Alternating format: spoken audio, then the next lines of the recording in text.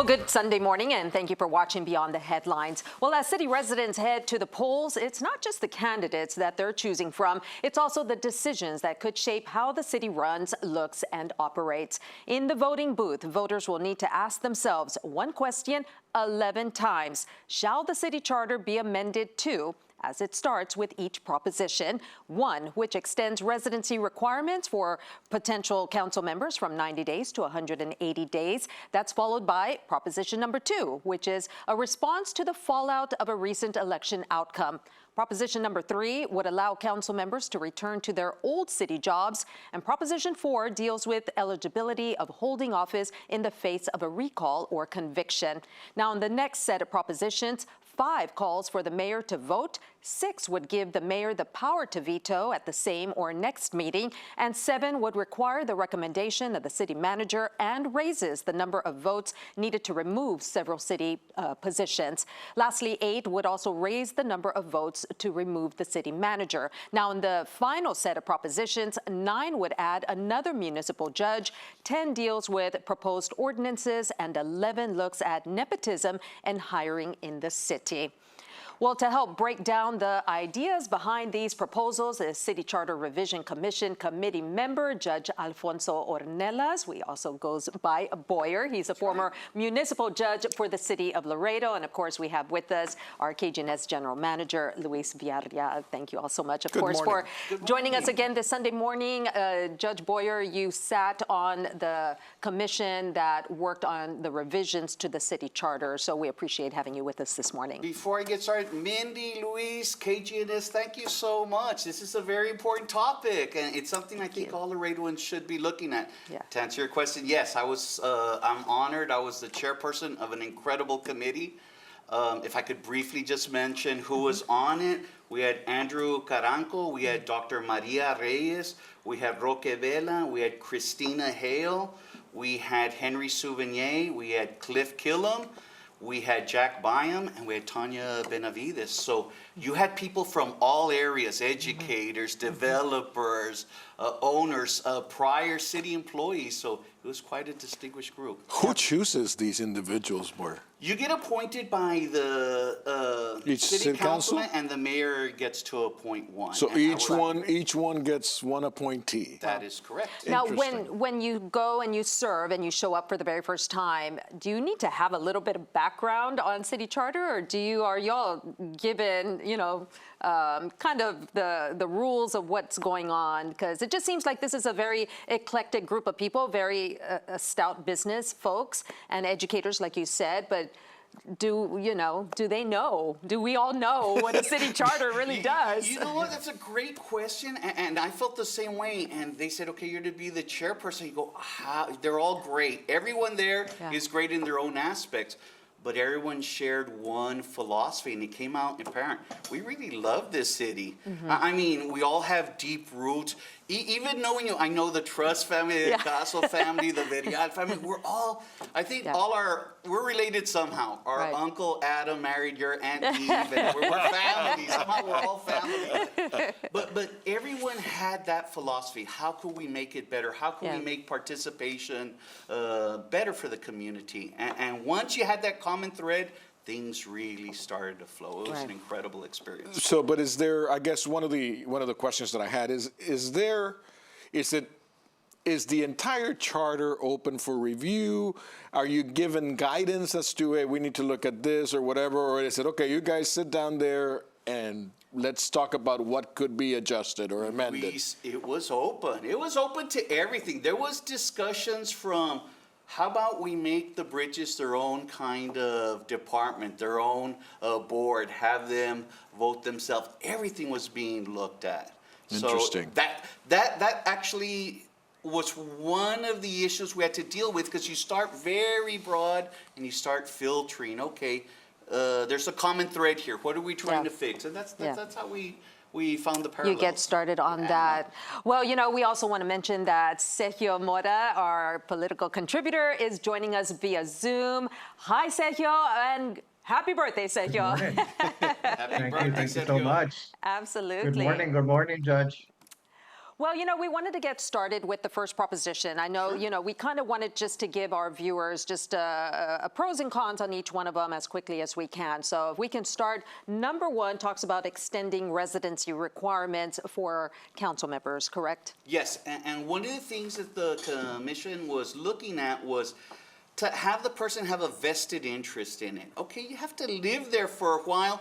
And don't do it because you're trying to select, you're like forum shopping. Oh, that's a weak district. Let me rent an apartment there. And guess what? I got elected because it doesn't have a big voter turnout. And I can go in there and then pop right out. So we wanted to avoid any appearance of it. You have to have a commitment to your district. So that's this the one, first one. And this one, it instead of just living there for 90 days prior, you've got to live there for 180 days. And stay in the district once elected. So just because we elected you doesn't mean you can't move the day after you take office. Exactly. Yeah. You rent that little apartment, you're staying in that little apartment. Or they could bring it out, and that is an item. So that's one of the items that was brought in there.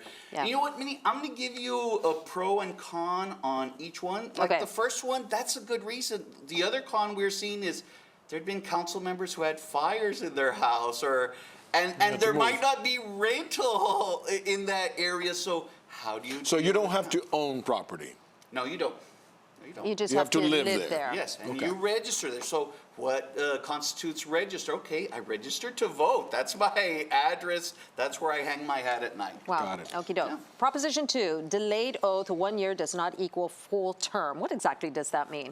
If you see, that one was trying, and the commission, some brought up what happened in the recent election contest, and there was a change. There was some that felt like, you know what, if you take term, and it's been a year in the courts, and just so you know, that's actually very fast for the courts, where people go, oh, it's so slow. No, that's expedited speed of light. Wow. But if it takes over a year, is it fair that you're not going to get 4 years? Let's say you win, Luis. Yeah. You only have 3 years now in office, and you're going, and then you get only one other term. I didn't get a full term, and now I only have one. So this is to address that issue. Is it a good thing, bad thing? Well, we see the That's why we're voting. Yeah. Well, I'll give you the con for that. Right. You also want to watch out. You're not trying to fix for one thing that was abnormal that should never happen again. And then you're almost playing up with the system. It wouldn't happen, but let's say it was Boyer or Ornelas. Okay, I want to slow down the appeal a bit. I want a year and 1 day. Now give out the ruling. Right. Guess what? I have now an extended term. I have 2, and Yeah, absolutely. Well, let's go to number 3, return to city employment possible. So somebody is a city employee, they want to run for office, their term is up, they want their job back. Correct. Okay. And that they would be entitled to if there's a need. If there's a need. This is one of those that has a little bit of confusion. This does not guarantee. It's not like, okay, I'm going to go run for office, hold my job, I'll be right back. That's not what this says. Okay. It says that if there's a position open, there's nothing preventing you from coming back and applying or getting a job. Where you were, you're entitled to apply and come back if that is your wishes. If it's open. If it's available. Yeah, if it hasn't been we're filled. not going to treat it like if you're in the National Guard and you were called up. Hey, they have to hold. That's right. They have to hold your job. Your job, and Right. you're entitled to come back to it. That's the difference on this one. Got it. Okay, number 4, recall of felony or felony conviction. So this has to do with somebody who was recalled or they were convicted of a felony, and what are they entitled to stay on or they must leave? And then under this proposition, if you vote for it and you were recalled or you do have a felony conviction, you can't run no more. You're done. You're now shut out from the electoral process. Wow. And that would be the plus going, okay, you have to be held to a higher standard. If you're going to be an elected official, you're going to be a servant for everyone out there. So you have to be able to commit to it. Okay. What's the against? You could get a small petition out, and if they're able to do it, now we've shut out your local political career. You're done, Luis. Exactly. And even though maybe the people still want you, and won't the elected process answer that? If they still want to elect you, he's our guy, or Mindy, you're our representative, we want you back. that kind of changes. I Okay. think we need to move a little faster on some of these. And I 5 wanted and to, 6 are kind of together, though. Yeah, so the whole veto. Mayor vote, mayor veto. The veto exists. Right Yes. now, it just, you have to wait 2 weeks before you can Correct. veto. This is only moving it to 1. Correct. And the vote, it's just because in the past, the city mayor does not have to vote. He only breaks a tie. Right. And some people felt like, okay, well, he doesn't have to commit to a position. I They can go to w- Luis and go, Luis, I would have voted for that. But I you know, don't get there to wasn't vote. A tie. Yeah. Or the opposite. I don't know what they're thinking, but no, Right. this forces to show your hand. Where would you have gone? Because the Right. mayor has a lot of implied power. He could set the agenda and stuff. Let's talk Okay. about the city manager ones. Yes. Those are interesting. So that would be Proposition 7 and Proposition 8. One is to remove and one is to recommend, or? That is correct. And there's been a lot of changes in the city manager. And if you look back, what happens, things kind of go into executive session. How does it change? Well, whenever you have an incumbent and you have somebody, they want change, one of the first things that they've seen is you go after the city manager. And if he is your administrator, do you want to be changing up quarterbacks so often? Right. And there's a learning process. So here you're seeing, do you want a strong city manager where he's immune to threats of change? So he'll be able to say, no, Mindy, I'm not going to give you what you want. It's not right. Right. Or do you want it to be more responsive? These are who's being elected. I was elected under a platform of change, and I want a complete change Right. of administration. Got it. Number 9 is pretty simple. It's just another municipal court judge. You're a Yes. municipal court judge, so that's pretty obvious. We're a growing city, and I'm sure we need, and I'm sure more. Sure. Most people would agree that we probably need another one. I just want to wrap up with number 11, nepotism rules, because that's a big one for Laredo. Everybody hires people that they know, and you're related to somebody. correct. What was y'all's thinking on that? Okay, and you saw there was a change now. So it's not just how you're related, it's also could be your spouse's family, because there's certain boards that make decisions. So let's say Ornelas are creating a dynasty. I'm gonna use my wife, the Garcias, put them in in those positions. And you know what? They're in ethics, they're Wow. control. Yeah, there was no violation. So this kind of forces the issue that you have to have more, you can't have that relationship. That was one. The other one was, if you look at the employee one, before you had to be a city employee for over 2 years, or if a family member runs, you had to go, and you're going, hey, that's Why my do- brother-in-law. I Why have did- nothing to do with Yes, him. I love I don't this. even like him. Exactly. I don't go to family events for that. But now Yeah. it was lowered down to 6 months, so that doesn't become as critical. So that's the difference Okay. on those two. Wow, okie doke, and there you got it. These are our 11 propositions that will be voted on. Early voting taking place this week, this coming week. It's going to end on Friday, November the 1st, and then Election Day is next Tuesday, of course, on November the 5th. So go out and vote. Judge, thank you so much for simplifying all of these for us. Appreciate having Such you an with honor. us. Can I just give one quick hack? Absolutely. If you do not agree with any candidate or any proposition, still go and vote. You don't have to vote for anyone. And the computer will ask you, are you sure there was 4 candidates? Continue. And you're going, boy, why would you do something like that? Trust me, elected officials, look at that. 20,000 voted. I was running incumbent, and only 5,000 voted for me. That's a quiet message. My opponents are going to look at that. He's Yeah. vulnerable. Or you're really saying none of the above. None of the above. Wow. Please, we ask for the community to vote. This is an incredible city. We are the largest port in the United States, not inland. We're in a great community. Your husband Yeah. will tell us we're worth $54 billion in assets. Wow. We're not that sleepy town no more. Let's I think do it. Captain Don Tomas Sanchez would be proud of us. Thank you, Judge. Appreciate Thank you so much. that. Such an honor. We appreciate that. Well, when we come back, a U.S. Senator receives the keys to the city for what city officials hope is a new era for Laredo and the region. Stay with us.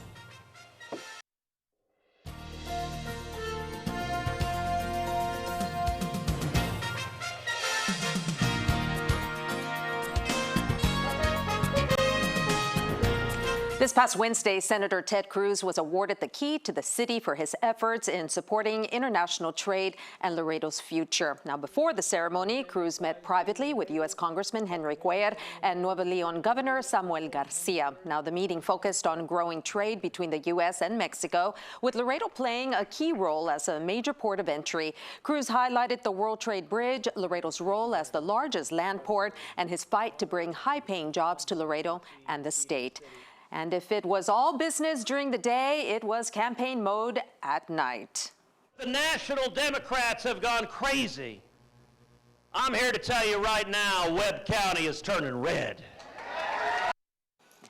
Well, hundreds of Laredoans gathered at Palenque Grill to welcome Ted Cruz as he takes on Democratic challenger Colin Allred for his seat in the U.S. Senate. Laredo was his 24th stop in his 53-city bus tour. Cruz touched on topics like freedom, border security, and defending the Constitution. Cruz is looking to serve his third term in the Senate, but recent polls have shown a tight race between Cruz and Allred.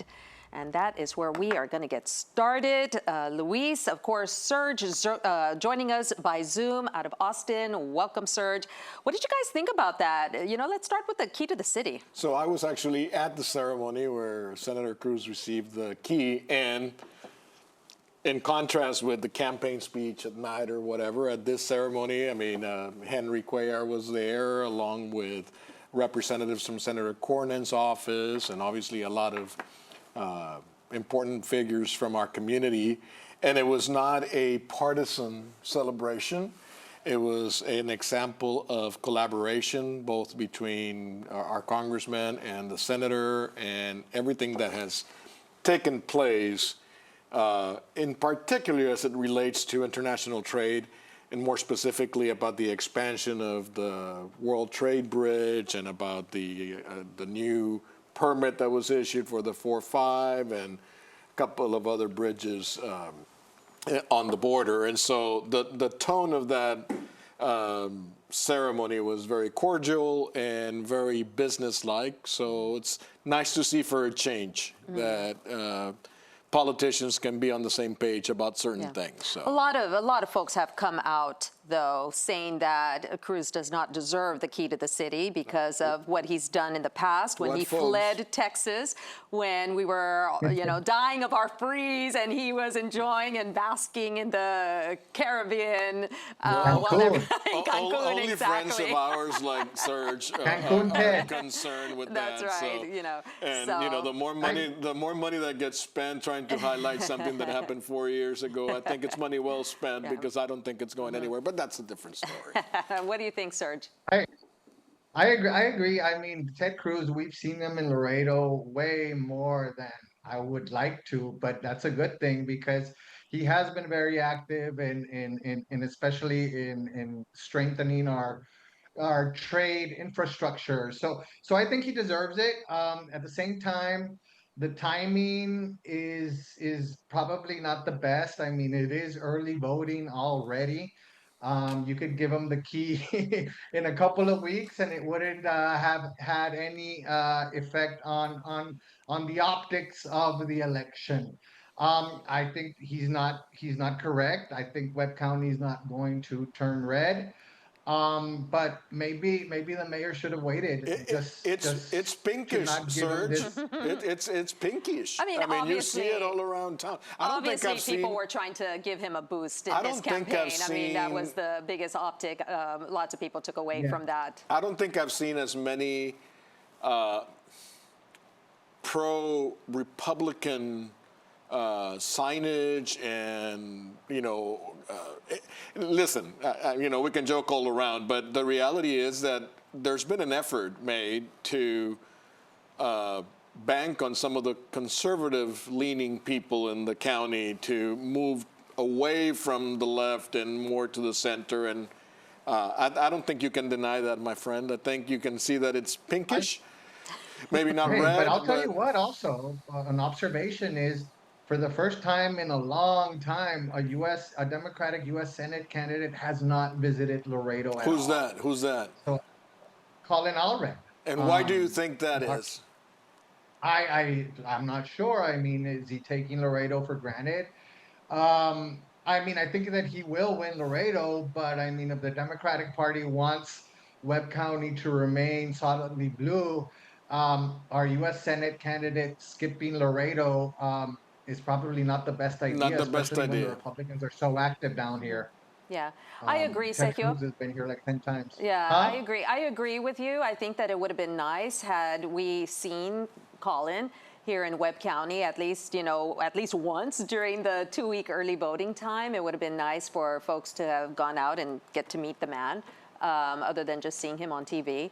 And you're right. I mean, Yeah. Ted Cruz has made an effort to be here, whether it for political reasons or whether it was for legitimate reasons having to do with international trade. At least he's showing up, and at least he's not taking Webb County for granted. So, Yeah, props well, to him for you doing hear a lot that. of the debate where not only Laredo, not only Webb County, but South Texas. I mean, the Republicans have a congressional district already anchored in McAllen, and they're fighting hard in Cameron County and that area, and it's all over the national news. But I mean, yeah, they're gonna make inroads if the Democrats take this region for granted. What do you think? What do you think, Serge, of the lack of support for the Republican candidate for District 28 in the U.S. congressional race? There just doesn't seem like the national organization for the RNC is invested in that race. What do you think of that? That's the seat that I our was talking Congress. about, yeah, I was talking about the exact same thing. It seems like Jay Furman is obviously working hard at it, but it doesn't seem that he has the Republican establishment behind him at all. I think that you saw much more of a presence when Congressman Cuellar was fending off the Democrat Jessica Cisneros in those 2 election cycles. Well, and even I think that with the these former Republican candidate, Cassie Garcia. I outlets, mean, right? yeah, I mean, there was more activity even back then. So it's just odd, to me that not a lot of attention is being paid to that race on the Republican side, obviously. So interesting Yeah. to find Yeah. out. Yeah, absolutely. As far as some of the other races, Sergio, have you heard much about? I know there's a big contested race with the state representative District 80 race, and there has been Yeah. what seems like a lot of Webb County support supporting the Republican candidate, who is the former mayor from Uvalde in that race.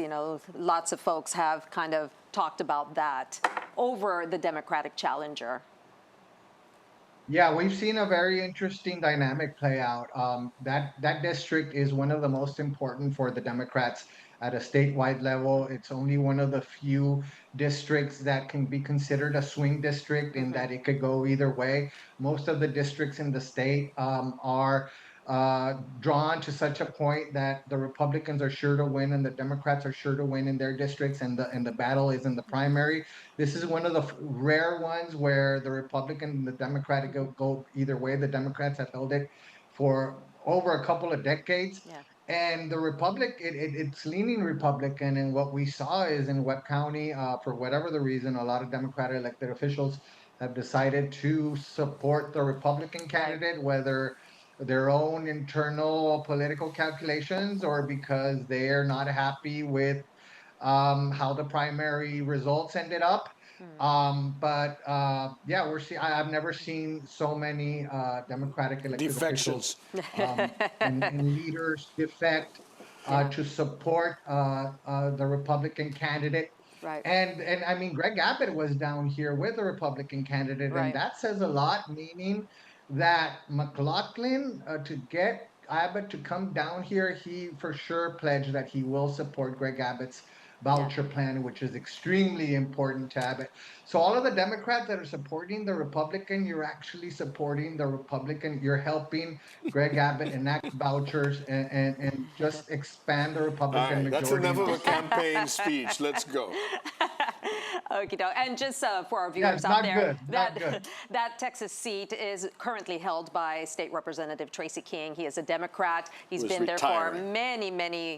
many decades, but he has chosen to retire. So with that, we're going to take a quick break. When we come back, we take a look at the one thing that our panelists cannot stop thinking about. Stay with us.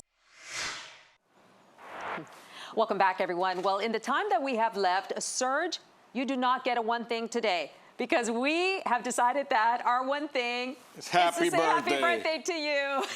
So happy Thank you so birthday, much. sir. Happy birthday, my left-leaning friend. Absolutely. Thank you, So brothers. I appreciate it. Mindy, Luis, everybody there. I Yes, appreciate it. Thank you so much. absolutely. See you next week, brother. We will see you next week. Thank Thank you, you. as always, Serge, for coming through with Zoomy, and we'll see you next week.